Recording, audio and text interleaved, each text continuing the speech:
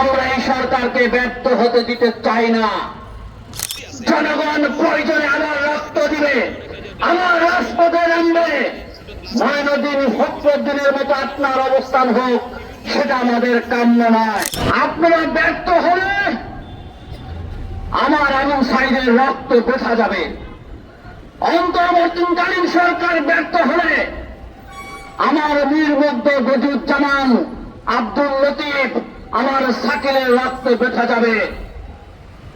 আমাদের ফয়জুর রহমান মনিরের, আমার আবু হাসান টিপুর গায়ে গুলি লাগার সেই রক্ত বোঝা যাবে। আমাদের পার্টির প্রধান সাইফুল হকের আহত হওয়া, অন্তরীণ থাকা, সেই লড়াই সংগ্রাম ব্যর্থ হবে। আমরা এই সরকারকে ব্যর্থ হতে দিতে চাই না। কিন্তু সরকার যদি নিজেই ব্যর্থ হয়, তাহলে কার সাধ্য তাকে সফল করে? আমরা সরকারকে বলতে চাই, মঈনুদ্দিন ফখরুদ্দিন ওনারা 1-11-এর সময় রাষ্ট্র পরিচালনা করে পরিকল্পিতভাবে আওয়ামী লীগের কাছে ক্ষমতা দিয়ে দেশ ছেড়ে ভেঙেছেন। 17 বছর বাংলাদেশে ফেরত আসতে পারেন নাই। ডক্টর মোহাম্মদ ইউনূস, আপনি সম্মানিত ব্যক্তি, আপনাকে আমরা মাথার তাজ করে রাখবো, কিন্তু জনগণের চাহিদা মতো, জনগণের সুবিধা মতো, জনগণের চেতনা ধারণ করে অনতিবিলম্বে গ্রহণযোগ্য নিরপেক্ষ অবাধ নির্বাচন দিয়ে নির্বাচিত জনগণের হাতে ক্ষমতা দিয়ে আপনি ভালোই ভালোই বিদায় হবেন। যদি এর অন্যথায় করতে চান, কোন নির্লক্ষ্য বাস্তবায়ন করতে চান, জনগণ প্রয়োজনে আমার রক্ত দিবে, আমার রাজপথে নামবে। মঈনুদ্দিন ফখরুদ্দিনের মতো আপনার অবস্থান হোক, সেটা আমাদের কাম্য নয়।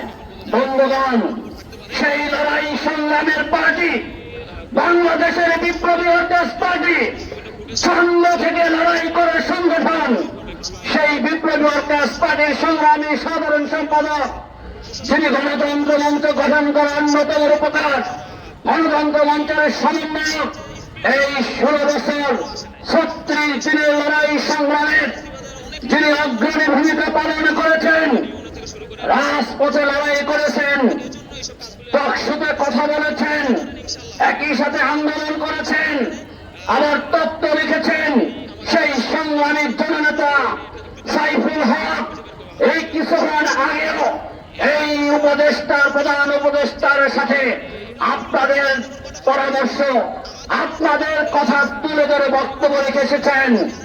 জানি না এই প্রধান উপদেষ্টার নেতৃত্বে এই অন্তর্বর্তীকালীন সরকার জনগণের সেই আকাঙ্ক্ষা ধারণ করে তার ঘোষণায় এই ডিসেম্বরে জাতীয় নির্বাচন দেবে কিনা।